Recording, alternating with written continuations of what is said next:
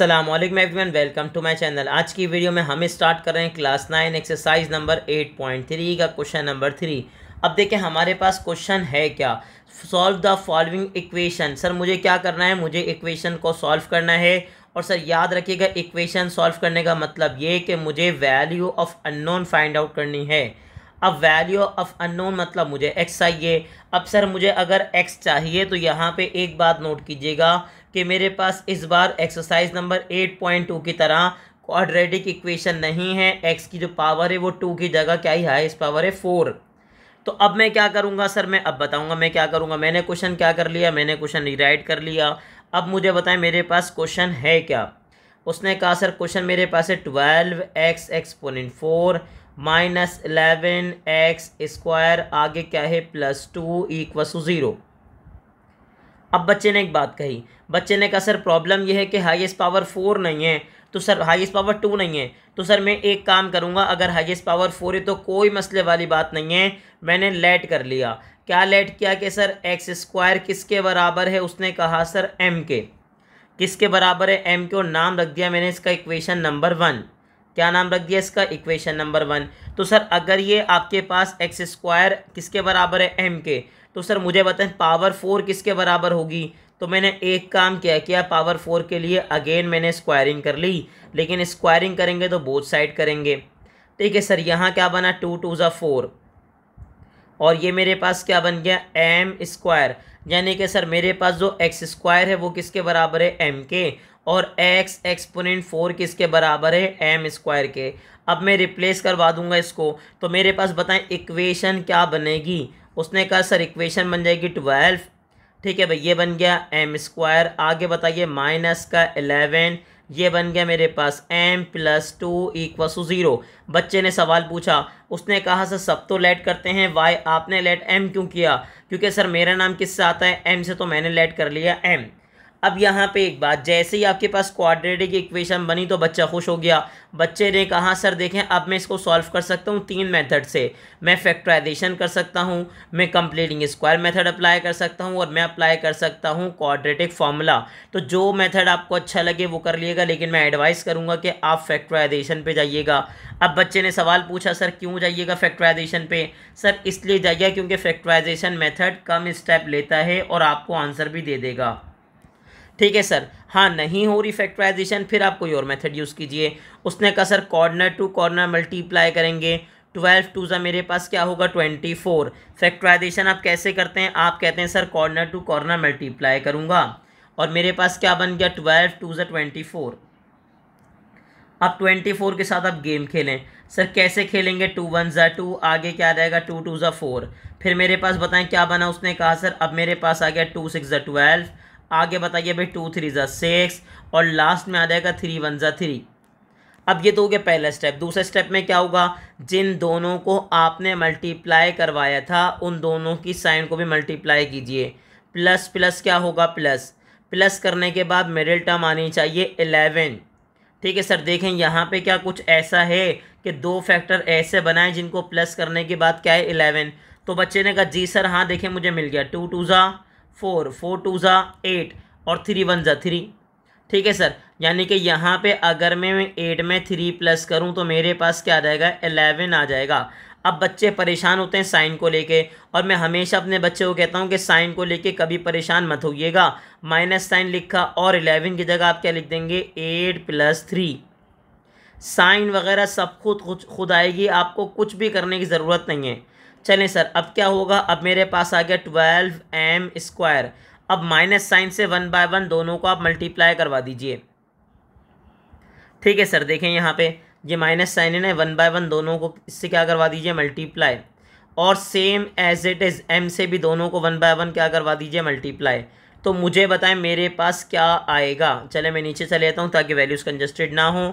जी sir मेरे पास आ गया 12m square, minus से मल्टीप्लाई करेंगे -8m, माइनस से मल्टीप्लाई करेंगे -3m, साथ में मेरे पास आ गया +2 इक्वल्स टू क्या हो गया 0।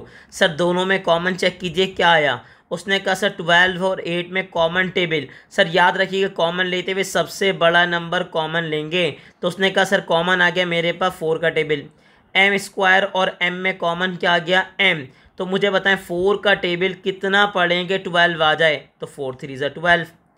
एम स्क्वायर में से अगर एक एम बाहर जाएगा तो रिमेनिंग क्या बचेगा एम।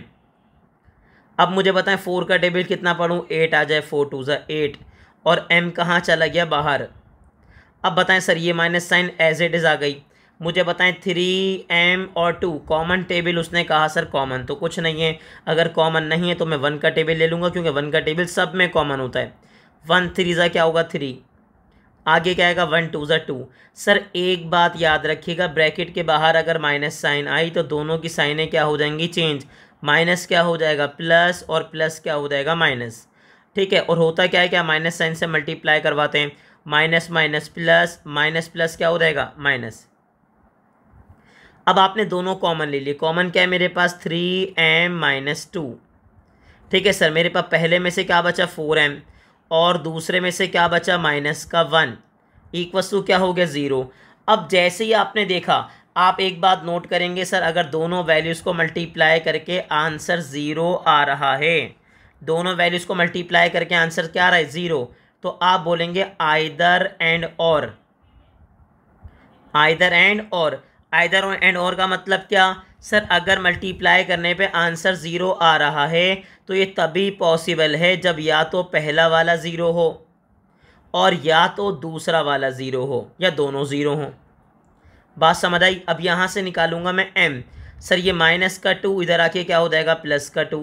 गेम खेलना है m के लिए, तो 3 और m के बीच में कोई साइन नहीं है, इसका मतलब दोनों आपस में मल्टीप्लाई हो रहे हैं। तो इधर आके क्या होगा, उसने कहा सर इधर आके हो जाएगा डिवाइड, और ये आ गया मेरे पास पहला m। ठीक है sir, same as it is ये माइनस का 1 इधर आके क्या हो जाएगा प्लस का 1। गेम मुझे खेलना है m के लिए, 4 और m के बीच में कोई साइन नहीं है, इसका मतलब दोनों आपस में मल्टीप्लाई हो रहे हैं, तो 4 इधर आके क्या हो जाएगा डिवाइड और आपको m मिल जाएगा। अब जैसे ही आपको m मिला बच्चा खुश होने लगा, खुशी से पागल ना हो जाए, इसीलिए मैंने उसको एक बात बोली कि सर याद रखिएगा आपको m के लिए तो गेम खेलना ही नहीं था, सवाल में आपके पास क्या था x, तो आपको वैल्यू जो चाहिए ना वो x की चाहिए। लो भाई वो तो उदासी हो गया, उसने कहा सर क्या, मुझे तो क्या चाहिए था, मुझे चाहिए था m, लेकिन सर m नहीं चाहिए, m आपने उधार लिया था, आपको जो बेसिकली चाहिए वो क्या चाहिए x चाहिए, और x कहाँ पे था इक्वेशन नंबर 1 में। तो अब आप क्या करेंगे, अब आप एक काम करेंगे, अब आप पुट करेंगे। सर याद रखिएगा क्या पुट करेंगे, उसने कहा सर m की जगह मैं पुट करूँगा 2/3, और अच्छा 3 तो माशाल्लाह बिल्कुल ही ख़तरनाक बन गया, 2/3, और आगे बताएं मेरे कहाँ पुट करूँगा इन इक्वेशन 1। अब मुझे बताएं इक्वेशन 1 क्या बनेगी, उसने कहा सर मेरे पास है एक्स स्क्वायर किसके बराबर है भाई 2/3 के।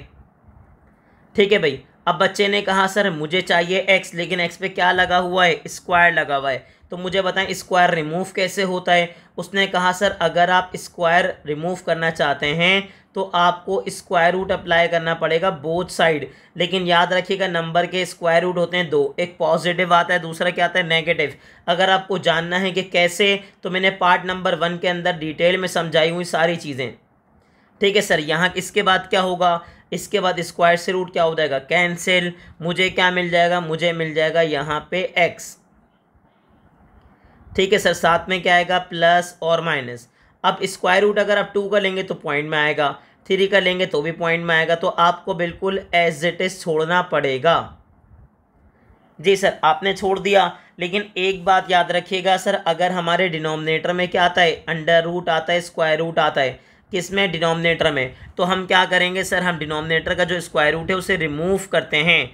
लेकिन बच्चे ने कहा सर कैसे रिमूव करते हैं, सर हम एक काम पता है क्या करते हैं, सर हम एक काम ये करते हैं कि हम उसी से मल्टीप्लाई करवाते हैं और उसी से क्या करवा देते हैं डिवाइड।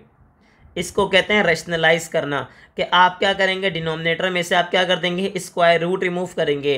कैसे, जो भी डिनोमिनेटर का स्क्वायर रूट है उसी से मल्टीप्लाई करेंगे और उसी से क्या करवा देंगे डिवाइड।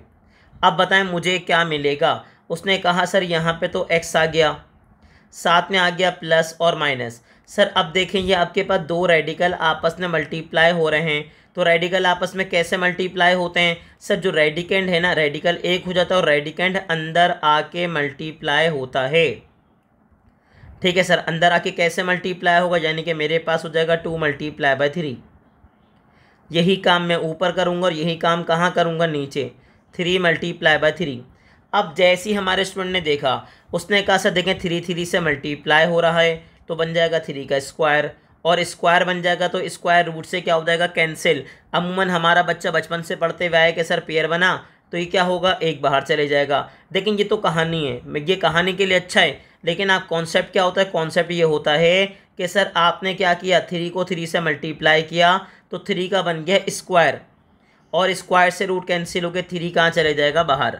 और ऊपर बताएं क्या बनेगा, 3 2 6, नीचे क्या आ गया 3, और आपके पास x की वैल्यूज़ आ गई। ठीक है सर, कितनी आ गई, 2। अब ये तो पहली कंडीशन आपने सॉल्व की है, अब आप करेंगे दूसरी कंडीशन सॉल्व।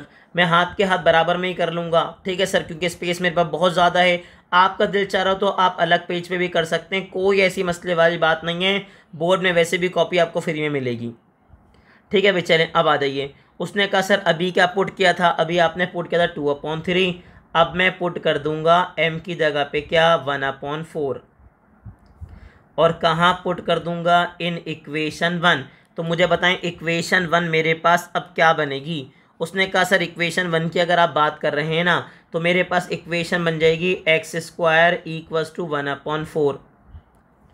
ठीक है सर, अब बात वो ये कि अगर आपको x के लिए गेम खेलना है तो x पे तो स्क्वायर लगा हुआ है, तो मैं क्या करूँगा, मैं स्क्वायर रूट अप्लाई करूँगा बोथ साइड। ठीक है, लेकिन याद रखिएगा नंबर का स्क्वायर रूट फाइंड आउट करेंगे, 2 मिलेंगे आपको, एक पॉजिटिव दूसरा नेगेटिव। ठीक है सर, आगे क्या होगा, आगे स्क्वायर से स्क्वायर रूट क्या हो जाएगा, कैंसिल आउट। मुझे क्या मिल जाएगा, मुझे मिल जाएगा x। ठीक है सर, अब प्लस और माइनस बिल्कुल एज इट इज आ गया। 1 का स्क्वायर रूट अब फाइंड आउट करेंगे तो आपको 1 ही मिलेगा, और 4 का स्क्वायर रूट मिल जाएगा आपको 2। ठीक है, अगर ये डेसिमल में आता तो आपको इग्नोर करना पड़ता, लेकिन आपके पास डेसिमल में नहीं आया, मैंने यहाँ भी इसको पैक किया। ठीक है भाई, अच्छा सा बॉक्स बनाते हैं ताकि अच्छा सा लगे भाई। ठीक है, आप बनाना चाहें तो बनाइए, नहीं बनाना चाहें तो कोई मसला नहीं है। ठीक है भाई, चलें अब आगे आ जाइए। उसने कहा सर मेरे पास जब आ गया ना, अब मैं प्रॉपर सर यहाँ पे आंसर मेंशन करूँगा। सर कैसे मेंशन करूँगा, उसने कहा सर देखिए मेरे पास प्रॉपर आंसर क्या आया। उसने कहा सर हम मेंशन करेंगे सॉल्यूशन सेट। ठीक है सर, हमें क्या मिला, ±√6/3, और फिर मुझे क्या मिला, ±1/2। सर याद रखिएगा ये 4 वैल्यूज़ हैं, एक क्या है +√6/3, दूसरी है -√6/3, तीसरी है 1/2, और चौथी है -1/2। तो मुझे पूरी उम्मीद है कि आपको इसका क्वेश्चन नंबर 3 बहुत ही अच्छे से क्लियर हो गया होगा। आपको इसकी भरपूर प्रैक्टिस करनी है, और ऐसी ही इन्फॉर्मेटिव वीडियोस देखने के लिए हमारे चैनल को लाइक करें, सब्सक्राइब करें, और ज़्यादा से ज़्यादा अपने क्लास फेलो से शेयर करें।